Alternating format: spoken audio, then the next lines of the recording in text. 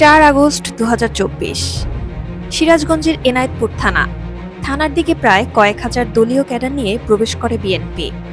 এই ঘটনায় পুরো লিড দিয়েছে বিএনপি, তবে সেখানে জামায়াতের সদস্যরাও ছিল। এরপর আগুন জ্বালিয়ে দেয় ভেতরে পুলিশদের রেখেই। সমস্বরে একজনকে বলতে শোনা যায়, সব পুলিশ ভিতরে আছে, সব পুলিশ ভিতরে। এই মুহূর্তে ইনায়তপুর থানায় আমরা আগুন দিয়েছি, সব পুলিশ ভিতরে। ইনশাআল্লাহ জয় আমাদের হবে, ইনশাআল্লাহ সফলতার আমরা খুব দ্বার প্রান্তে আছি। ইনশাআল্লাহ আমরা সফলতা পাবো, ইনশাআল্লাহ। ইনশাআল্লাহ আমাদের এই জয় কেউ ঠেকাতে পারবে না, আল্লাহ আমাদের সাথে আছে। তোমরা সবাই সারা বাংলাদেশে এভাবে প্রতিবাদ করো, আমরা সাথে আছি। আর এই ভিডিওটা সবাই ছড়িয়ে দাও, সবাই ছড়িয়ে দাও। আমরা ইনায়তপুর থানায়। তার মানে সারা দেশে নৈরাজ্য করে সরকার পতন করাই ছিল বিএনপি জামায়াতের টার্গেট। এরপর পুলিশের কিছু সদস্য প্রাণ নিয়ে বেরোতে চাইলেও তাদের উপর আক্রমণ করা হয় এবং পিটিয়ে হত্যা করা হয়।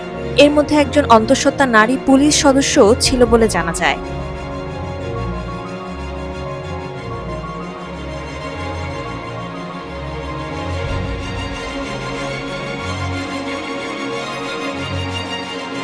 এবার আপনারাই বলুন, এই থানায় হামলার ঘটনায় আওয়ামী লীগ নেতাদের নাম উল্লেখ করে মামলা করা হয় কোন যুক্তিতে?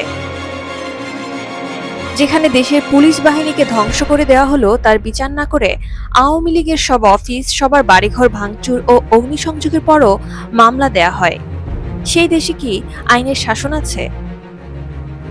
আমরা এনায়েতপুর থানায় হামলায় জড়িত সকলকে চিহ্নিত করে তাদের শাস্তি দাবি করছি।